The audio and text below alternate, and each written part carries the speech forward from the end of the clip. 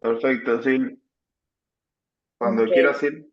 bueno, buen día a todos. Es un nuevamente estarles presentando hoy un Ateneo. El tema lo quisimos enfocar en la importancia de ver más allá de lo evidente. ¿Perdón? Bueno, el tema lo quisimos enfocar en ir más allá de lo evidente al momento de hacer diagnósticos, ya que pues en la práctica diaria existe un grupo heterogéneo de condiciones tanto oculares como sistémicas que se pueden superponer los signos y síntomas entre sí y a veces nos llevan a diagnósticos errados y consecuentemente a tratamientos inadecuados. Y estos escenarios son los que nos desafían a nosotros a hacer una exploración más profunda, que afinemos nuestro ojo clínico y pues siempre tener un diagnóstico diferencial. Y pues para ilustrar, quisiéramos presentar tres casos de pacientes que ejemplifican diferentes escenarios donde el verdadero diagnóstico pues requiere, como le dije inicialmente, una mirada más detallada. Para empezar, esta paciente es una chica de 27 años, Sofía. Ella consulta inicialmente, cayó en una campaña de tamizaje de glaucoma que se hizo en el hospital más o menos en abril de este año. Realmente iba a ir a preguntar si en el hospital contábamos con el servicio de glaucoma porque ella quería hacerse control de su glaucoma diagnosticado en del ojo derecho hacía más o menos 10 años atrás, para lo cual le habían iniciado tratamiento con Lautén. Y hablando un poco más, nos comentaba que la presión pretratamiento máxima había sido de 17, lo cual nos llamó mucho la atención. Ya directamente en la consulta nos trae este OCT que tenía del año 2019. Vemos que tiene un área de disco pues dentro de parámetros de normalidad, pero llama la atención el adelgazamiento significativo de la capa de fibras del ojo derecho a nivel superior y temporal si lo comparamos con su ojo contralateral. Por suerte, ella se había hecho a principio de este año una nueva OCT. Ah, perdón, esto lo comparamos con el campo visual, se corresponde con el defecto. Y como les decía, Sofía, ¿solo en el derecho usaba gotas? solo en el derecho, el diagnóstico había sido exclusivamente de su ojito derecho. Eh, a principio de año se había hecho un nuevo OCT donde persiste ese efecto de la capa de fibras que se sigue correspondiendo con el defecto a nivel del campo visual. Acá les quiero mostrar una comparativa de los estudios del año 2018, perdón, 19 era, y 2025, donde vemos que sigue siendo el mismo defecto de la capa de fibra superior que se corresponde con el defecto de campo visual. Ya haciendo la evaluación oftalmológica en la consulta, encontramos una agudeza visual de 10 décimas de ambos ojos sin corrección. Tenía una presión de 14 sin gotas porque durante esa primera consulta que se estaba haciendo en el tamizaje de glaucoma, le comentábamos que nos llamaba mucho la atención que sus valores iniciales antes del tratamiento fueran tan bajos para hacer un diagnóstico de glaucoma juvenil y que lo más probable es que después de que evaluáramos los estudios, de que la evaluáramos a ella, eventualmente íbamos a querer hacer un washout, sacar la gotita para evaluar sus valores reales, pero pues ella se lo tomó muy a pecho y directamente llegó ya sin gotita, o sea, ya lleva suspendida la gota más o menos un mes y medio y este es el valor real de su presión ocular, con paquimetrías dentro de rangos normales. Se le hizo una gonioscopía, podíamos visualizar todas las estructuras, un ángulo abierto, sin nada particular que llamase la atención. Y es la fotografía del fondo de ojo. Quiero que la detallen, que la evalúen, que se queden con la imagen, porque igual más adelante vamos a retomar el caso. Voy a seguir con el segundo, o no sé si quieran comentar algo de la foto, porque al final igual vuelvo a mostrarles, ¿no? Bueno, no sé, Bueno, ¿alguien quiere opinar de esos nervios Gruesa. ópticos? ¿Tiene gruesa? vamos. Ahí. Ahí, Bueno, continúo con el segundo porque al final vamos a revelar todo. Este segundo caso es una señora de 61 años. Ella realmente vive en Estados Unidos, pero había venido a vacacionar acá a Buenos Aires y consulta directamente pues, con la doctora de Gaisa porque ella tenía la duda y quería aclarar su diagnóstico de glaucoma, ella quería una segunda opinión. Como antecedentes nos refería, bueno, abuela materna con maculopatía, una miopía de -250, para la cual se había hecho una cirugía refractiva, había quedado con monovisión, ojo derecho de cerca, el izquierdo de lejos, y además nos comentaba como antecedente una oclusión de rama vascular del ojo izquierdo. No nos sabía aclarar si era arterial o venosa, y en el 2021 le habían hecho diagnóstico de glaucoma de ese ojo y le habían iniciado también latanoprost una vez por día. Dentro de los exámenes que ella traía previos, este campo visual del 2021 que vemos, este escalón nasal inferior en su ojo izquierdo, en la consulta que hizo en consultorios, se repite el campo visual, donde persiste ese defecto ahí a nivel nasal inferior. Se procede entonces a hacer una tomografía de nervio óptico de capa de fibras, nervios dentro de rangos normales con este adelgazamiento a nivel nasal superior. Se realiza una OCT de mácula sin algo particular, sin nada que llame pues la atención de forma significativa. Y esta es la imagen de fondo de ojo, un nervio que en apariencia se ve realmente sano, no nada que nos indique algo pues alarmante respecto al fondo de ojo. Nos quedamos ahí con esas imágenes y pasamos al examen oftalmológico. Agudeza visual mejor corregida de su ojo derecho, como estaba con monovisión, corregida 10 décimas con un cilindro bajito. Además, su ojo izquierdo 10 décimas sin corrección. A ella se le había pedido suspender la gota para hacerle una curva de presión en la cual evidenciamos valores dentro de rangos normales sin ninguna fluctuación importante. Paquimetrías dentro de límites también, de pronto un poco más adelgazada la del ojo del lado izquierdo, y una gonoscopía abierta, sin nada particular, ni signos de cierre, nada importante. Este Pero sería, Meli,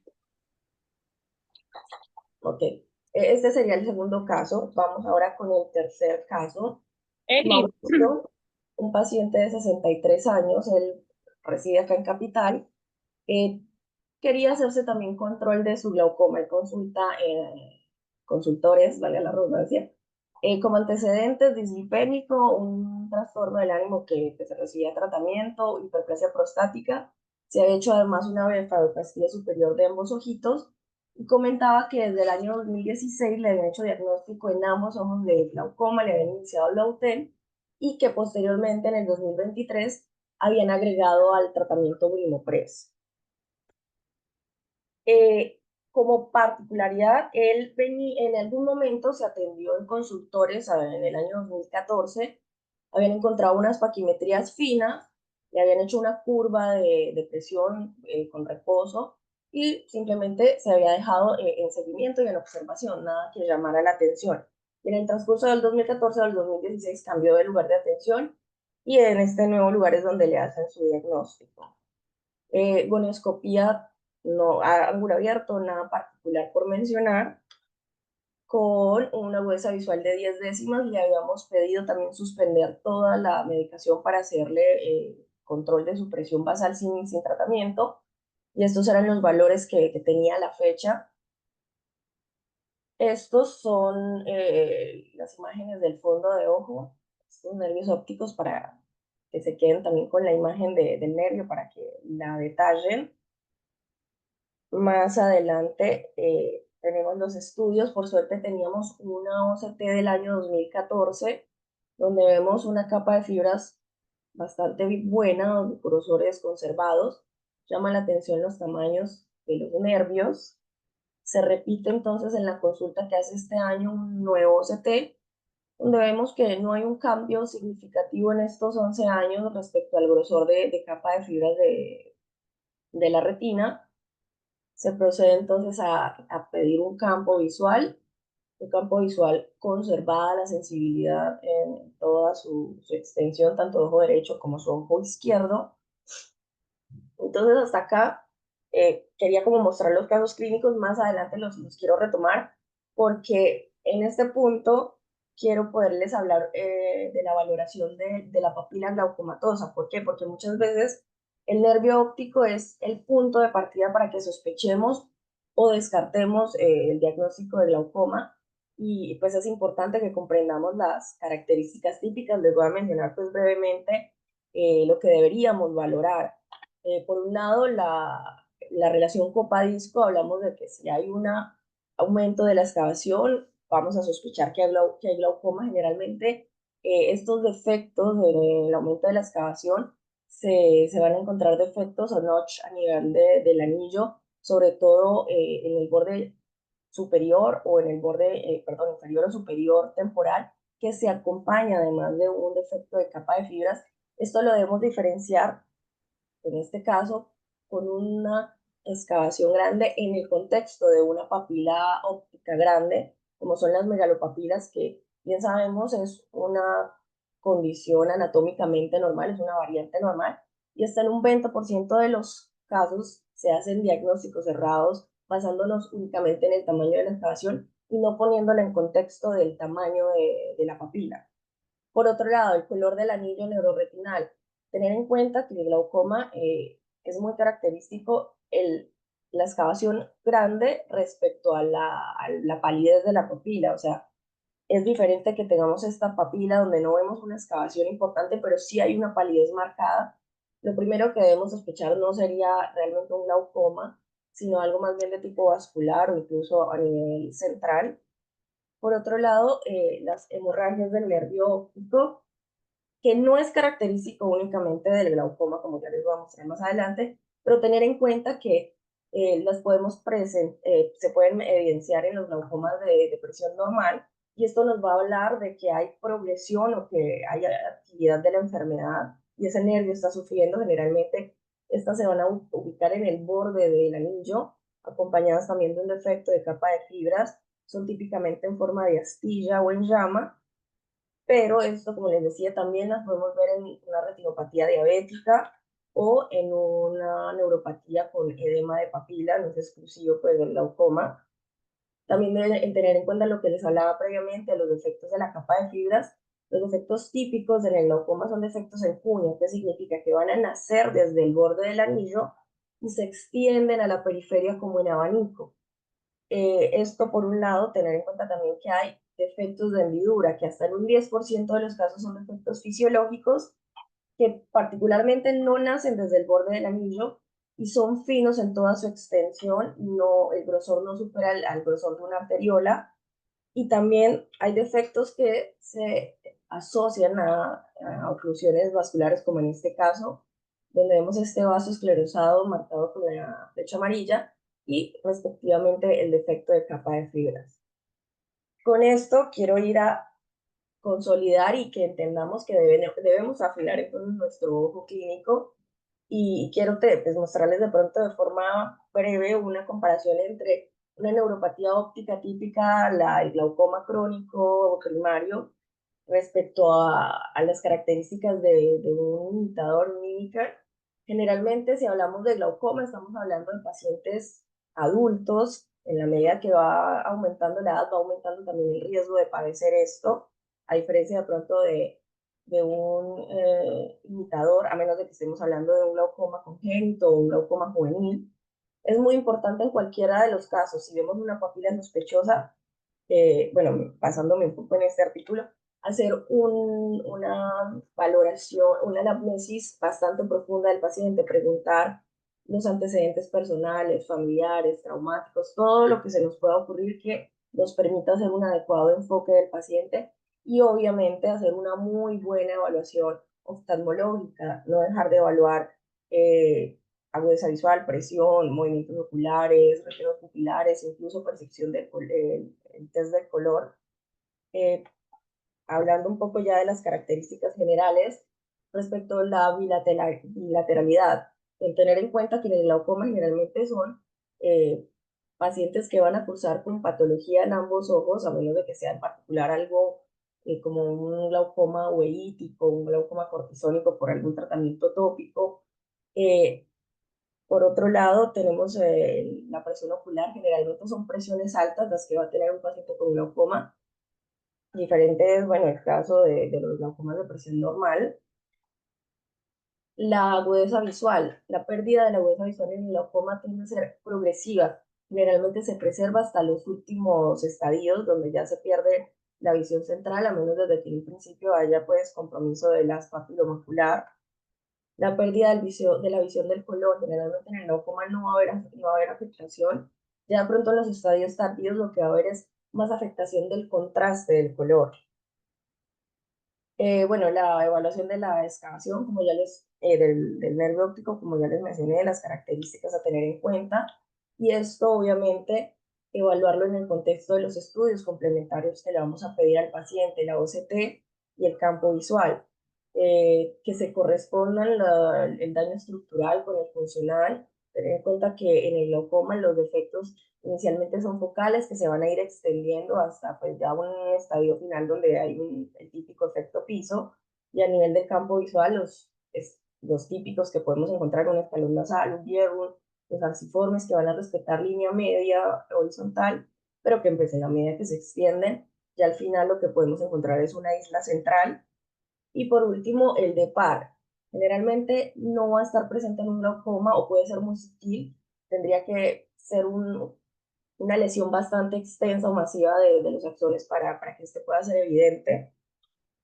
Y en estos casos, donde no cumple como las características propias y típicas del glaucoma, siempre pensar en ir un poco más allá y ahondar el estudio con valoración cardiovascular y neuroimágenes que nos van a permitir hacer un mejor seguimiento del paciente.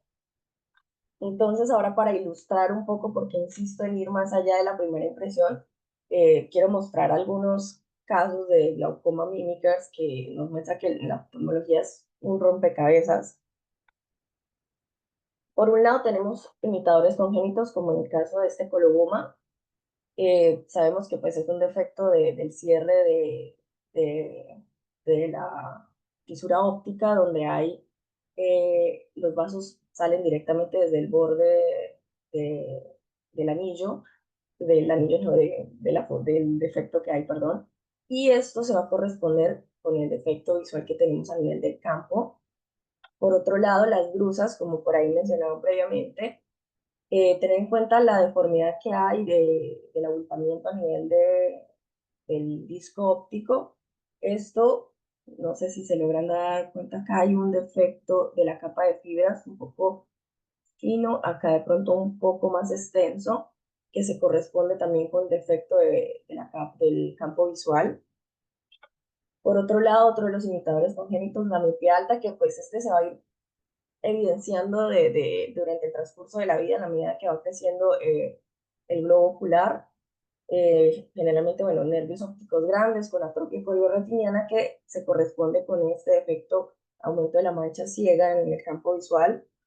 Otro de los imitadores congénitos, la retinitis pigmentosa sectorial, que también se va a ir presentando en el transcurso de la vida, en la medida que se van deteriorando los fotorreceptores, y hay también defecto del epitelio pigmentario de la retina, que se corresponde también con este defecto del campo visual.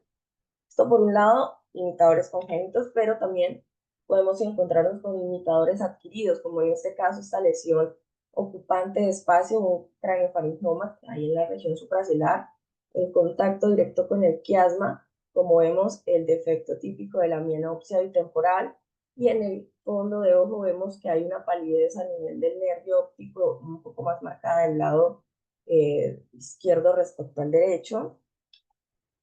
Otro de los imitadores adquiridos, un ayón no arterítico ya en su estadio tardío. Podemos ver acá que hay palidez del nervio óptico con atenuación de los vasos, y a esto se va a corresponder también con el efecto que vemos en los estudios complementarios. Otros imitadores adquiridos, pero pues reversibles, la blefarotosis, como vemos acá el defecto, y una catarata. Generalmente las cataratas, los defectos a nivel del campo visual suelen ser más difusos, pero esta catarata en particular, esta subcapsular posterior ahí nos muestra ese defecto. Entonces, Ya se presentaron los 3 casos previos, los limitadores que podemos encontrar en la oftalmología, entonces la capacidad de poder desenmascarar está también en la capacidad que tengamos de ir más allá, como he venido recalcando durante toda la charla. Entonces es el momento de desenmascarar los casos clínicos. Recordemos acá a Sofía, la chica de 27 años con diagnóstico de glaucoma en el ojo derecho desde sus 17 años. Nos trae estos estudios y esto es lo que nos debe llamar la atención. No sé si se animen a decirme algo.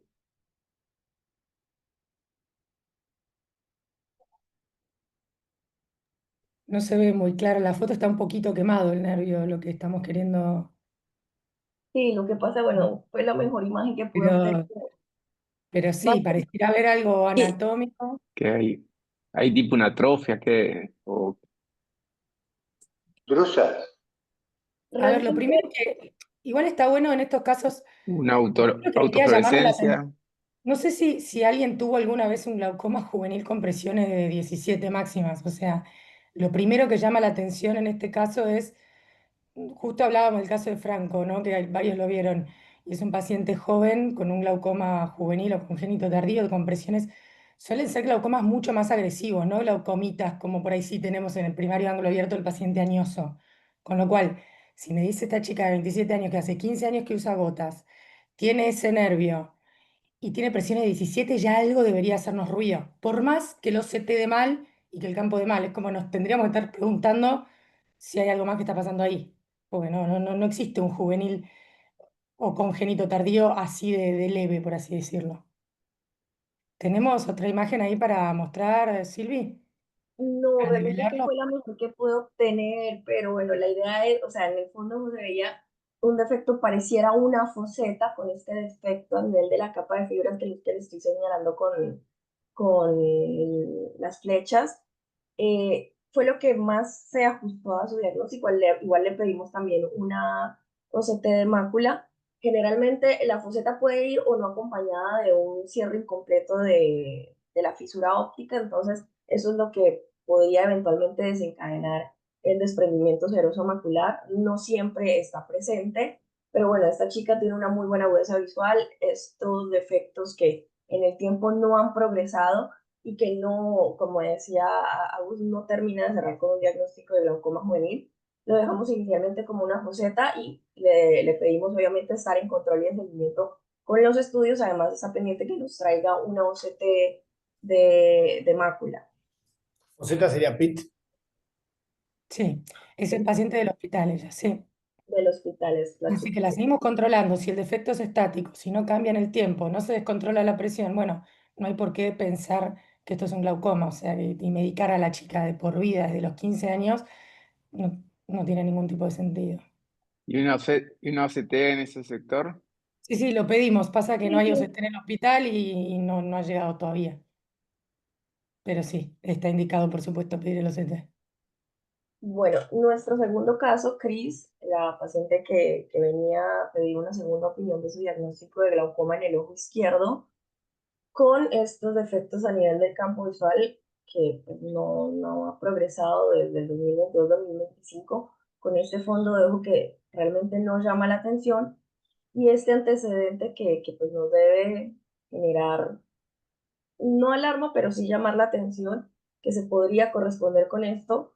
Inicialmente la estamos sospechando como un defecto de capa de fibras circular a esa oclusión que ella refiere, y la idea con ella es seguir haciendo controles y seguimientos. El indicó de hacer control y seguimiento con los estudios porque en este momento pues no vale la pena tampoco medicar porque no vemos que realmente sea un glaucoma florido. No descartamos que en algún futuro pueda de pronto sí desarrollarlo, pero en este caso el diagnóstico inicial no sería un glaucoma. Y el A esa tercer le hicimos una caso, curva también, ya le habíamos mostrado, ¿no? Que no sí, había la curva donde curva se había sistémica. sacado la gotita y toda la presión, las presiones se mantuvieron en un rango de 16-12. Y el tercer caso, el paciente de 63 años que perdón, medicado del 2016 con este eh, OCT y este campo visual y estos nervios que la verdad no, a nuestro parecer todo estaba perfecto. Un nervio de pronto sí, el Sí, aumento son del nervios grandes, claramente grandes. sí, claramente grandes, pero como decía previamente, o sea, en el contexto de un nervio grande podemos encontrar una excavación grande, tener en cuenta que las megalopapilas son variantes anatómicamente normales, hay que ver también las características del color del anillo, de la capa de fibras, que realmente en este caso también se cae el diagnóstico de glaucoma y nos quedamos con el diagnóstico de megalopapilas. Con esto entonces para concluir el Ateneo, quiero que se lleven como mensaje uno, el desafío de la precisión diagnóstica. Así como el glaucoma obviamente no diagnosticado genera un riesgo significativo, el sobrediagnóstico también va a plantear problemas graves de tratamientos innecesarios y ansiedades injustificadas por parte del paciente. Dos, más allá de los estudios complementarios sin duda son herramientas valiosas en la práctica, pero el verdadero potencial se revela cuando nosotros lo sabemos interpretar en el contexto clínico del paciente. Como decía previamente, es un rompecabezas el arte de la medicina. Tres, el primero siempre va a ser el paciente. Recordar que nuestro objetivo principal es diagnosticar en contexto al paciente y no únicamente irnos a un examen y diagnosticar un examen. Y cuatro, la observación como estrategia terapéutica. En ciertos escenarios, el seguimiento observacional sin que hagamos intervencionismo es igualmente válido y nos va a permitir ver la evolución real de una condición para poder tomar una acción adecuada sin precipitarnos a tratamientos innecesarios. Es interesante hacer un poco la distinción también que uno suele apuntar contra el campo visual como el estudio más subjetivo y variable y que muchos no lo confían, por ejemplo, pero el OCT también engaña. Y tenemos un montón de casos en la práctica que encontramos pacientes OCTs tratados o medicados como glaucoma, como vimos el caso por ahí de la foseta, o casos ni hablar de atrofias peripapilares por miopía, o demás, que es muy fácil a veces tentarse de medicar un estudio porque viene pintado de rojo y el OCT también engaña, tanto como el campo visual puede engañar. Entonces, nunca basarse en eso para tomar conductas. Y siempre me gusta traer a colación la frase de mi mentor de allá de Los Ángeles, de Caprioli, que decía, un glaucoma, y me decía, it has to sound, smell, taste, look and feel like glaucoma. Todos los sentidos te tienen que decir glaucoma.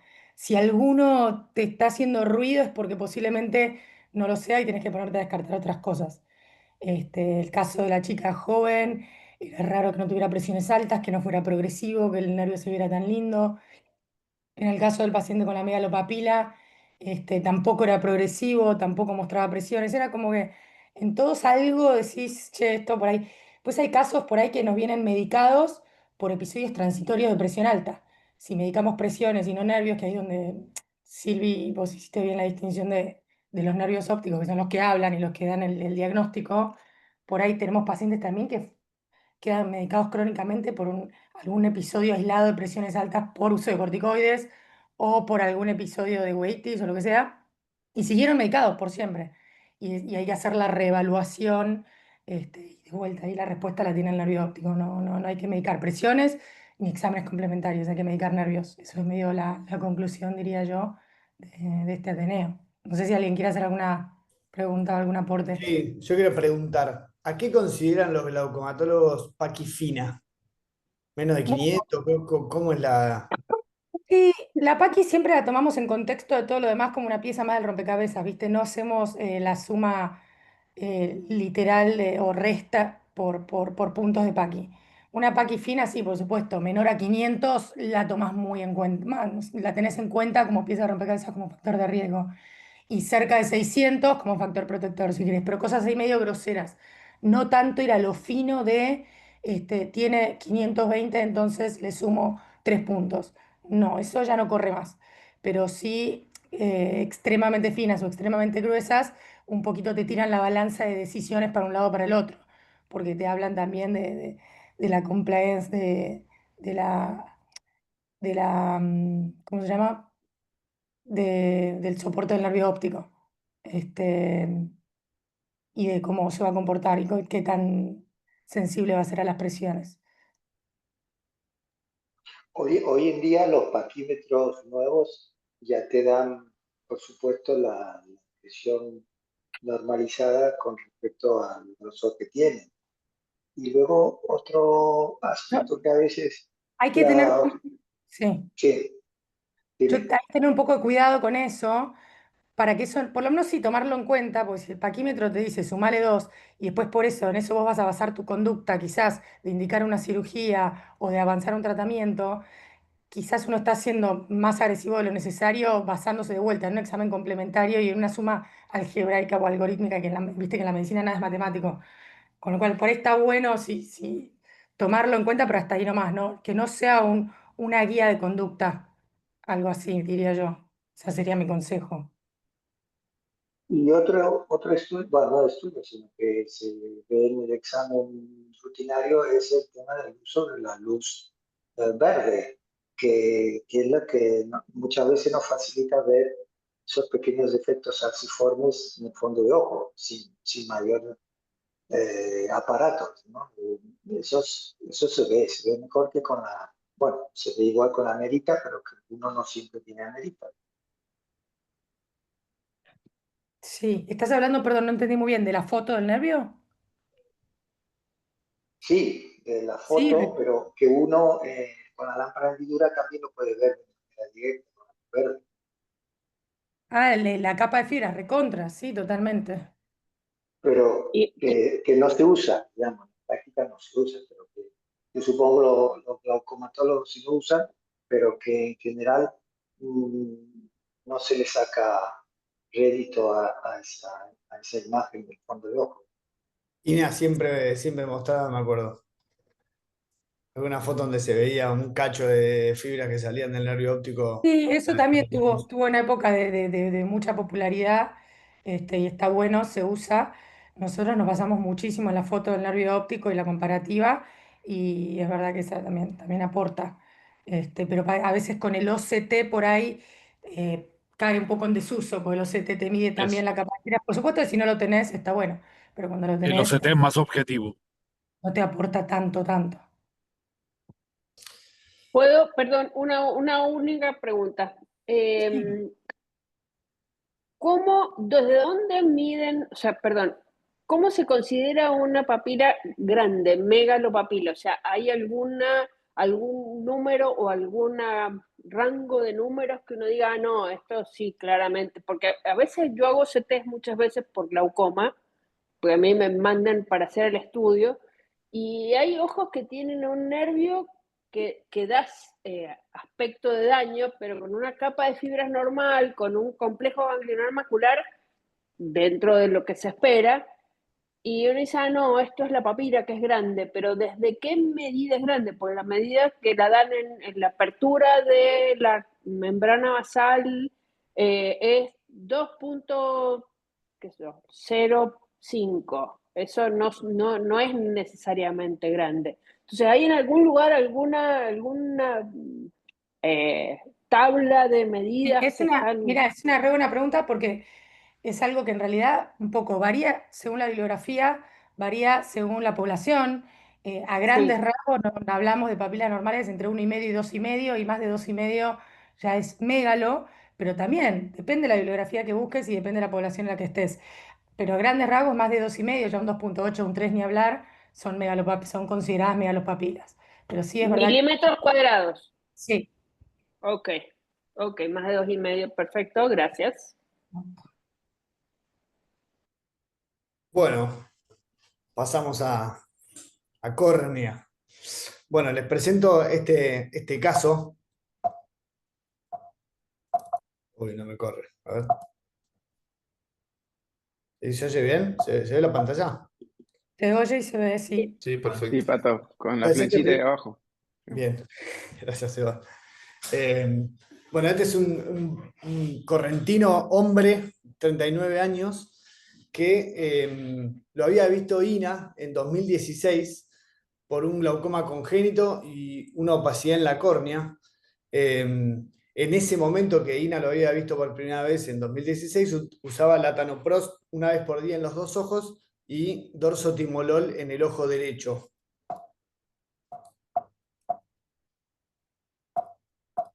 Che, no me pasa. Ahí está.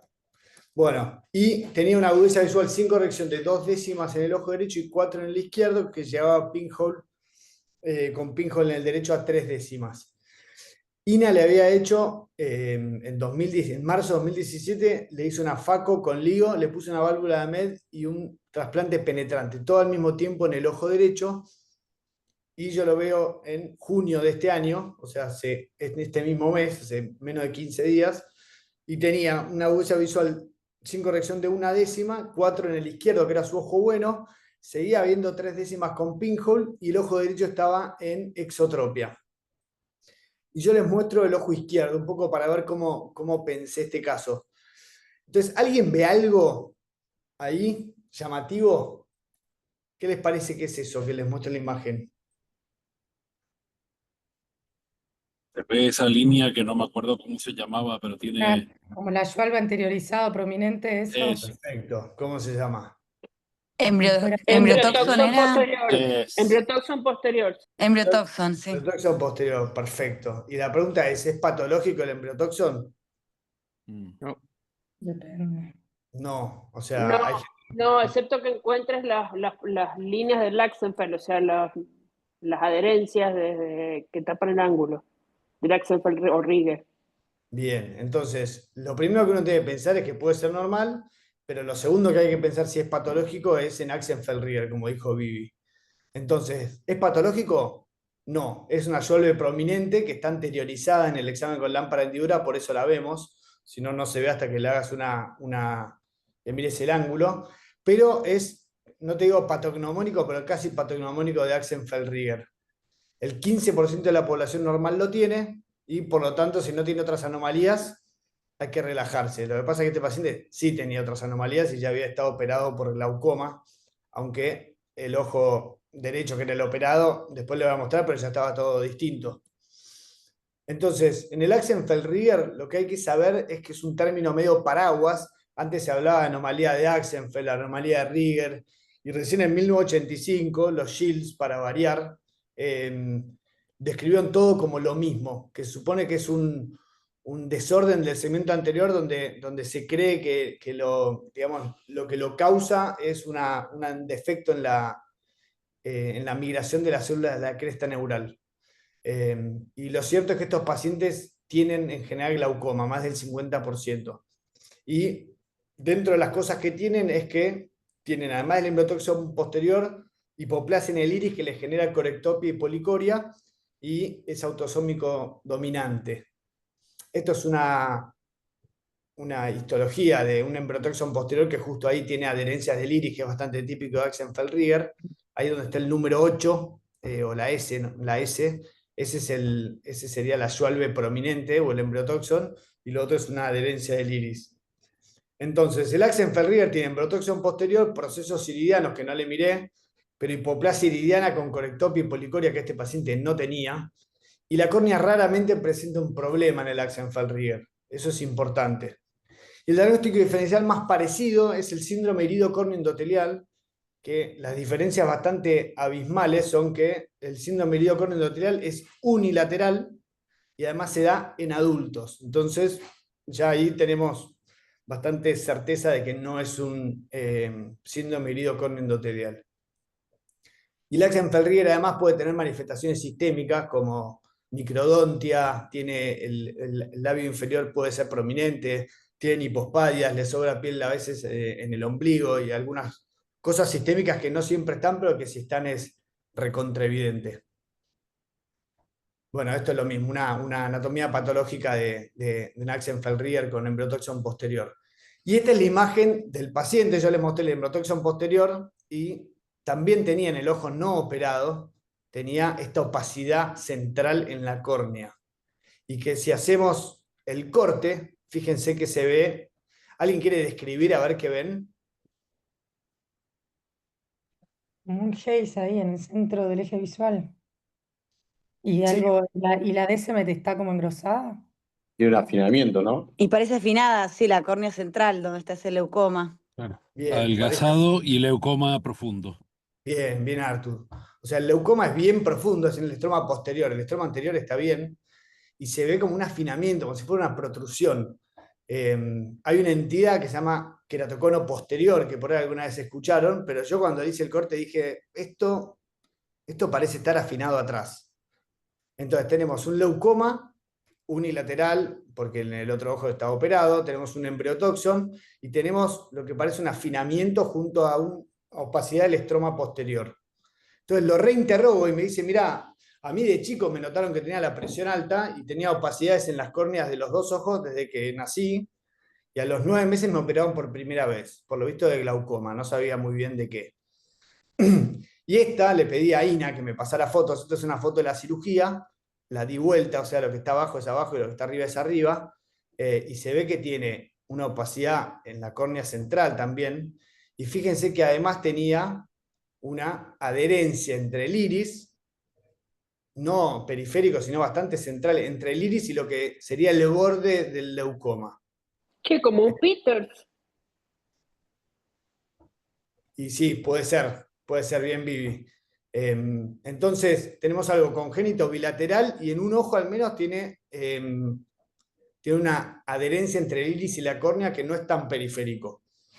Entonces, repasando, tiene un embriotoxon posterior que se ve claro en el izquierdo, opacidad central estromal profunda, suponemos que en los dos ojos, y el queratocono posterior, que ahora lo vamos a ver, pero se cree que en el Peters, que es uno de los diagnósticos diferenciales, no se desarrolla bien la DCMET y el endotelio. O sea, en ese lugar posterior no hay DCMET y no hay endotelio, entonces está afinado con respecto al resto del estroma profundo. Entonces, hay algunos autores que creen que lo descripto como queratocono posterior es como dentro del paraguas de síndrome de Peters, es una de las variantes. Bueno, entonces, cuando tenemos opacidades congénitas, lo primero que hay que pensar es en el glaucoma congénito, porque es más prevalente que el resto de las cosas. Y de hecho, acá les cito, esto es del libro de córnea de Manis y Holland, pero dice que, fíjense que la incidencia pasa de 3 en 100.000 neonatos a 6 en 100.000 si tenemos en cuenta el glaucoma. O sea, la mitad son glaucomas. Así que lo primero que hay que hacer es pensar en glaucoma congénito y medirles el diámetro corneal. Que en un chiquito de 6 meses y más de 10 y medio es que tiene megalocornia, que es uno de los síntomas principales del glaucoma de los signos, no de los síntomas. Los síntomas son epífora y fotofobia. Y después esto probablemente alguno se lo acuerde de haberlo estudiado alguna vez, pero es el STAMPED, que es la regla mnemotécnica para las opacidades corneales congénitas, que algunos son difíciles de ver y probablemente no las veamos. O sea, esclerocornia lo voy a pasar porque es bastante típica, pero por ejemplo las rupturas en la DCMET, ¿alguien me quiere decir la diferencia entre las rupturas de glaucoma congénito y las del trauma del parto? ¿Alguien sabe las diferencias entre una ruptura de la DCMET? Una vertical y la otra horizontal. Bien, bueno, ¿cuál es cuál? Las verticales en general son las de los forceps. Igual eso es de libro, pero no es tan así. No es una típica cosa que se dice. Y las horizontales del glaucoma. Son cosas que se dicen, pero la verdad no es tan así. Bien, y trauma, bueno, está bien, pero en glaucoma congénito en general son horizontales y en el trauma del parto en general son más verticales u oblicuas. ¿Y alguien Según sabe cómo ponían el forceps. ¿Cómo? Según cómo agarraba el forceps. Bueno, sí, está bien. Obviamente nadie quiere, pero me imagino que si está muriendo el chico, le agarran el ojo, no pasa nada.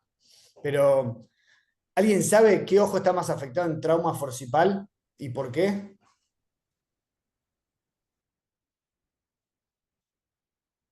La sacan de la galera el que lo sabe, ¿eh? Pero bueno, no sé si se acuerdan de ginecología y obstetricia, pero la presentación más común de la cabeza se llama occipito ilíaca izquierda anterior, que es cómo se alinea la cabeza al canal del parto. Entonces lo más común cuando haya un trauma por forceps es el ojo izquierdo. Así que eso tenerlo en cuenta. Si es vertical y es el ojo izquierdo, probablemente sea un trauma forcipal y nacen, después se curan y después por eso les compensa la córnea de grandes. Así que esta es una Pato, Sí.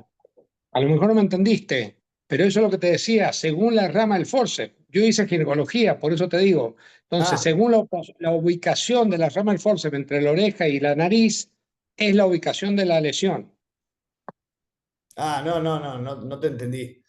Yo no tengo ni idea de los forceps. Me acuerdo había uno que se llama Simpson, por los Simpsons me acuerdo, pero bueno, sé que las lesiones son más comunes del izquierdo, pues me imagino que debe ser el primer ojito que sale a la vista, y que son más comunes de ese lado. Yo tuve un solo paciente que vi cuando hice el fellow en el italiano, que era una mujer de unos 40 y cortos, que se le descompensó la córnea y tenía una ruptura en la S vertical, y había estado perfecta durante toda su vida, pero le tuvimos que hacer un endotelial a esa edad, porque bueno, se lo rompió y el endotelio migró y curó, digamos, y tuvo la córnea transparente toda la vida hasta los 40 y pico que se terminó de descompensar.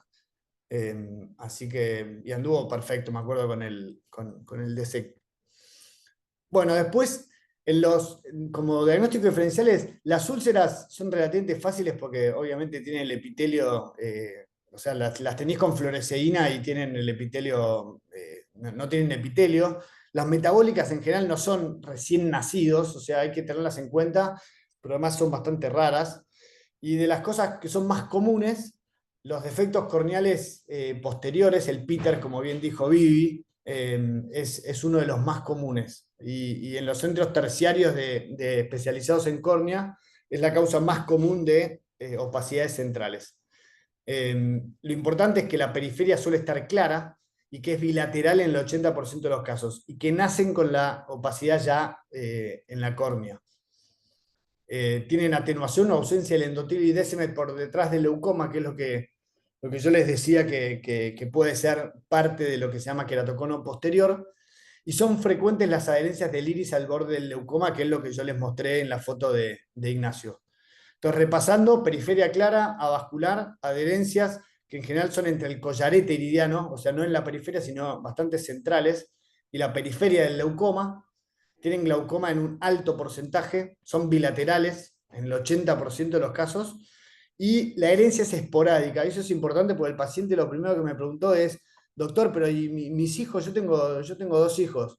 Bueno, lo más probable es que los hijos no lo tengan. De hecho, ya eran más o menos grandes, eran chicos, pero tendrían 8 y 10 años, creo que me dijo, y me mostró fotos y tenían los ojos alineados, al menos, y no se veía ninguna opacidad así a simple vista. Así que bueno, me los va a traer igual. Y después, bueno, están descritos 2 tipos de síndrome de Peters o Peters, no sé cómo se pronuncia. Hay uno, el tipo 1, que tiene el cristalino sano, y el tipo 2, que también tiene malformaciones del cristalino, que a veces está adherido también a la córnea. Y bueno, y esto les quería mostrar la cirugía que me la mandó Ina, que ahora no está conectado con musiquita y todo, pero ahí se ve bien la opacidad de la córnea. No les voy a pasar todo el video, pero lo que les quiero mostrar es cómo estaba adherido el iris a la córnea, miren.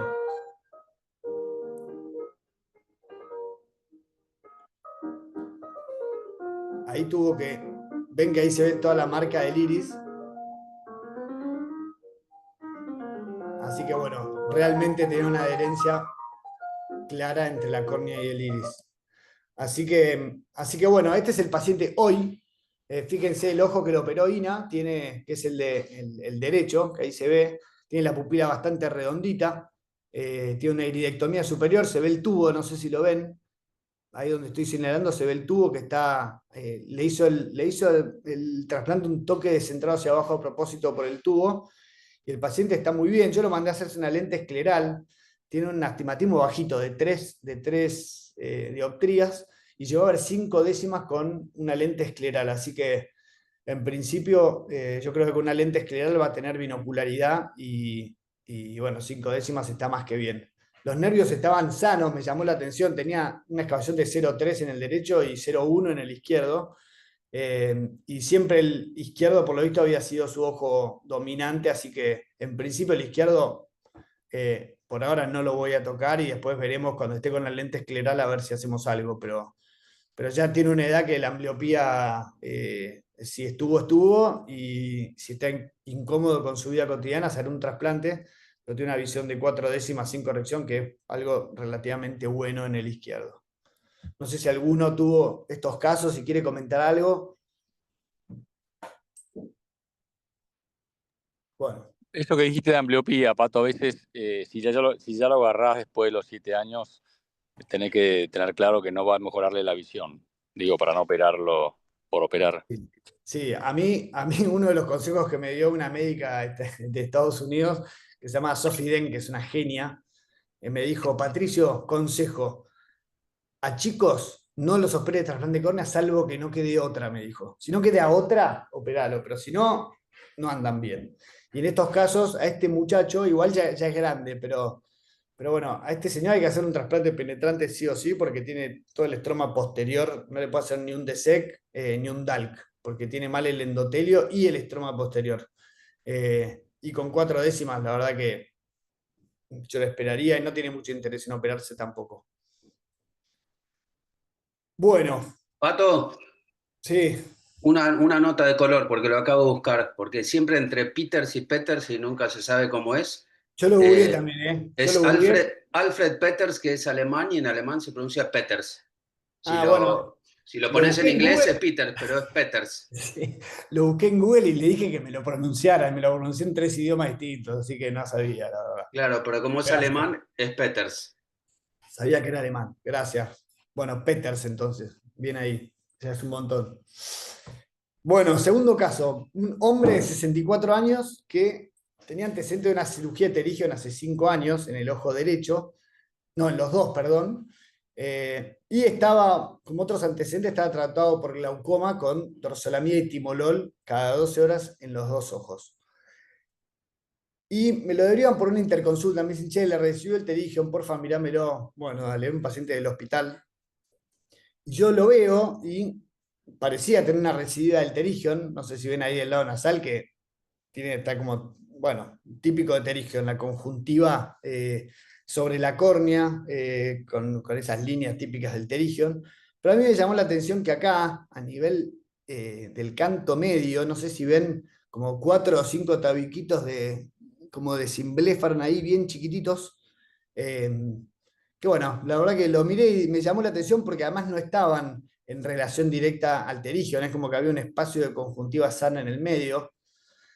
Toda la conjuntiva inferior temporal estaba sana. Subtarsal superior en el ojo derecho no tenía absolutamente nada, yo al menos no le veo cicatriz ni nada. La carúncula no estaba tampoco queratinizada. Bueno, me llamó la atención que me pareció una recidida de pterigion, pero me llamaba la atención esas cositas ahí en el canto medio, esos cimbléfaros chiquititos del párpado a la carúncula. Y en el ojo izquierdo tenía una franca cicatrización conjuntival, también parecía tener una recidiva, no sé si una recidiva de pterigion, pero tenía cimbléfaro bien marcado a nivel nasal. Llegaba hasta la mitad del párpado, el extremo temporal estaba medianamente bien, y subtarsal superior tenía solamente del lado nasal, tenía como esa cicatrización también subtarsal. Entonces, ¿alguien piensa en algo? ¿En qué piensan? Pénfigo. Pénfigo, sí. Perfecto. ¿Y algo más? Pemfigoide. Otras Entonces, sí. causas pueden ser algunos procesos crónicos, ¿no? En conjuntiva. Pero bueno, esto es bilateral. Pensando en cimbléfaro, o sea, como, no sé si tuvo un Steven Johnson, ¿no? Pero es algo muy grande, ¿no? Como Sí. para pasarlo desapercibido. Bueno, entonces, ¿alguien escuchó hablar de pseudopemfigoide? Seguramente todos. Entonces, la pregunta es, ¿existe pemfigoide o no? O sea, ¿es una entidad o es una bolsa de gato cualquiera? Buena bolsa de gatos. No, bueno, Es así un parece. burro. Entonces, bueno, uno de los diagnósticos diferenciales, como bien dijo la doctora Palacio, Steven Johnson es uno. Después, cicatrices te pueden dar la queratoconjuntivitis atópica, la rosácea, el tracoma, el Sjögren, la sarcoidosis. Todas estas enfermedades te pueden dar el pénfigo paraneoplásico también. Después no sé si se acuerdan de Otavio, mi amigo, pero presentó un caso que se parecía al pemfigoide, al final era una neoplasia escamosa en la superficie. Así que bueno, hay un montón de cosas que pueden simular esto.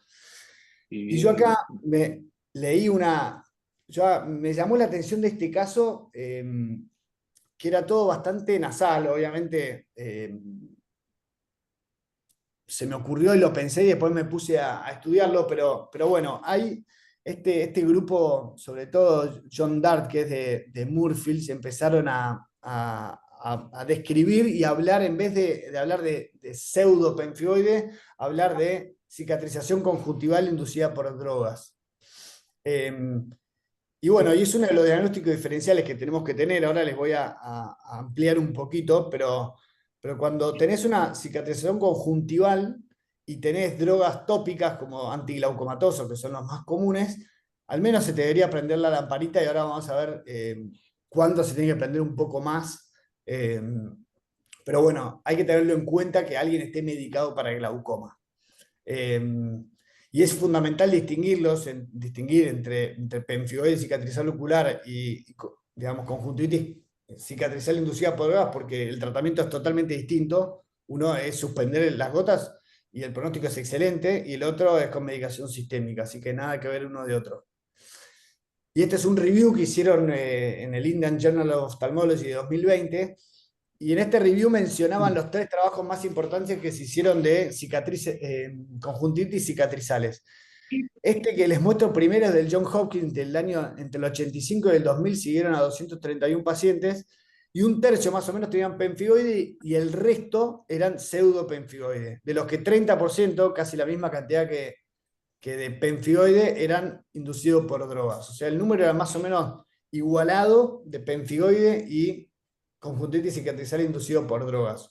En el Moorfields, en cambio, tienen casi un 66% de pemfigoide, y de conjuntivitis cicatrizal inducida por drogas era más o menos el 10%, o sea, bastante bajo.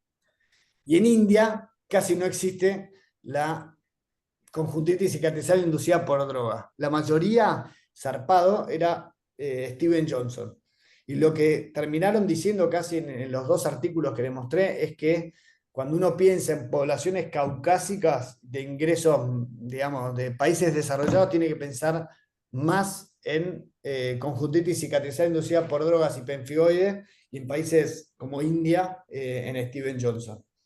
Pero bueno, algo que me llamó la atención en el segundo trabajo que les mostré, hablan simplemente de un algoritmo diagnóstico, y simplemente, si vos te preguntás, ¿usa gotas para el glaucoma? Y tu respuesta es sí, tenés que pensar en conjuntivitis cicatrizal inducida por drogas. O sea, es así de simple. ¿Usa medicación para el glaucoma? Bueno, pensalo. Así que hay que pensarlo. Y sobre todo, clínicamente, los cambios que se dan fibróticos son mediales e inferiores. Eso es lo más típico, que todos los cambios, o la mayoría de los cambios, estén dados en el sector inferior y medial. Y sobre todo lo que tienen es cambios también en el punto lagrimal, que se dematiza y se termina cerrando, que obviamente también se da en el pemfigoide, pero si exclusivamente los cambios son mediales e inferiores, uno lo tiene que pensar. Y otra cosa bastante típica es que tienen esta cicatrización en forma de zipper, en forma de, ¿cómo se llama? Cierre. Gracias, De Artur. cierre. Cierre. Así que eso es también bastante característico. Y es importante diferenciarlos porque la evolución y el tratamiento son obviamente muy distintos, y los 2 trabajos obviamente resaltan la importancia de hacer siempre la biopsia, hacerles 2, de hecho, una siempre en la conjuntiva vulvar, pero una en formol y la otra puede ser un medio de transporte o en solución fisiológica para hacer la inmunofluorescencia directa, que es la manera de ver que sea pemfigoide y no otra cosa. Así que, bueno, estos eran fotos que te mostraba del caso, pero fíjense cómo mejoraron los 3 casos, con los 2 primeros con suspensión de la medicación y nada más. O sea, es una prueba terapéutica que si no tiene un glaucoma galopante, bueno, le suspendés la droga y ves qué pasa. Entonces es algo que es bastante lógico de hacer, y perdemos poco. O sea, hay que controlar la presión y esperar algunas semanas. Dice que esperar hasta casi 3 meses y medio, porque a veces la medicación antiglaucomatosa sigue como estando. por ahí los glaucomatólogos me pueden ayudar, pero bueno, es algo a tener en cuenta que no se va de un día para el otro, sino que puede tardar algunas semanas. Decía hasta 16 semanas. Así que, Los pacientes los operás antes de glaucoma. ¿cómo? Estos pacientes los operás antes de glaucoma. Bueno, No sí. les sacás la gota y les haces una cirugía para no estar provocándoles esto crónicamente. Bueno, sí, justamente acá lo decía, pero bueno, esperarlos, o sea, el tratamiento cuando lo sospechás, obviamente lo ideal es hacer una biopsia, este paciente no le puedo hacer una biopsia porque no la puede pagar básicamente. Ya la haremos, pero además la quiero mandar al hospital italiano, que es donde hacen las biopsias bien, porque hay otros que dan siempre positivos. Así que bueno, el tratamiento consistió en suspender la medicación tópica, suspender todas, no darle sin conservantes, suspenderla del todo, esperar hasta 16 semanas. En estos casos, como bien decía Agus, está bueno, bueno, por ahí operarlos antes que a otro paciente, porque justamente las gotas le generan todos estos daños. Y recién después de que se dio y que medio que demostraste que clínicamente está mejor, ahí recién volverles con medicación libre de conservantes y de a una a la vez para ir viendo si hay alguna en particular que le genera esta reacción. También tenés la herramienta del Diabo, si viste, no querés, no lo puedes Sí. operar inmediatamente y querés sacarle las gotas, y es un paciente muy dependiente de las gotas. Sí, estos pacientes, de hecho, sí, lo describían, a casi todos les daban Diabo para evitar todo lo tópico. O sea, si tiene un glaucoma importante, darles Diabo y si no, dejarlos sin nada. Entonces, bueno, hay que tenerla en cuenta en pacientes con conjuntivitis cicatrizal, hay que biopsiar y el tratamiento y pronóstico es distinto que el pemfigoide. Así que pensarlo, sobre todo si tienen el zipper, las cicatrizaciones en cierre, digamos, y si los cambios son sobre todo inferiores y mediales, como era el caso de este paciente. Pato, capaz lo dijiste y no te escuché, pero hay más fricción con una gota que con otra. Sí, lo que leí yo es que el timolol era una de las principales. Lo citaban en este artículo, pero la verdad que no me puse a estudiar cuál era mejor. Acá al pasar en uno de los artículos decían que la mayoría era timolol. Pero eso Claro, debe el ser tema es que la mayoría usa timolol. claro, más por La eso que que más se porque el usa. timolol sea más alergénico. Bueno, sí, hay que ver Que si hay tenés un más tiempo bias. de estar en el mercado. Para mí, no quiero, no estoy en contra de ninguna medicación, pero para mí las prostaglandinas son una porquería. En ese sentido, te generan irritación crónica, no sé, te crecen las pestañas. Además, Son una porquería hasta que tenés glaucoma. Sí, ni hablar, son una porquería para la superficie del ojo. Para el glaucoma son espectaculares, pero de hecho son la primera línea de tratamiento, creo, hasta donde sé. Pero bueno, nada, me llamó la atención este Bueno, caso y habíamos tenido alguno con Agus también, que no me acordaba en qué terminó. ¿Vos, Agus? ¿Conmigo? Sí. ¿No te acordás que tuvimos uno que estábamos dudando si era un pseudo pemfigoide? Puede ser, pero lo debo haber operado, no sé, no me acuerdo. Quedó ahí, bueno. No me acuerdo. Ahora, en este momento no tengo ninguno dando vueltas, Bueno, concretamente. 133. adiós. Laburar a la En Twitter, sí. Gracias. Chao, gracias. Ya. Pato, bueno. No quería ser mala onda, pero Ujú.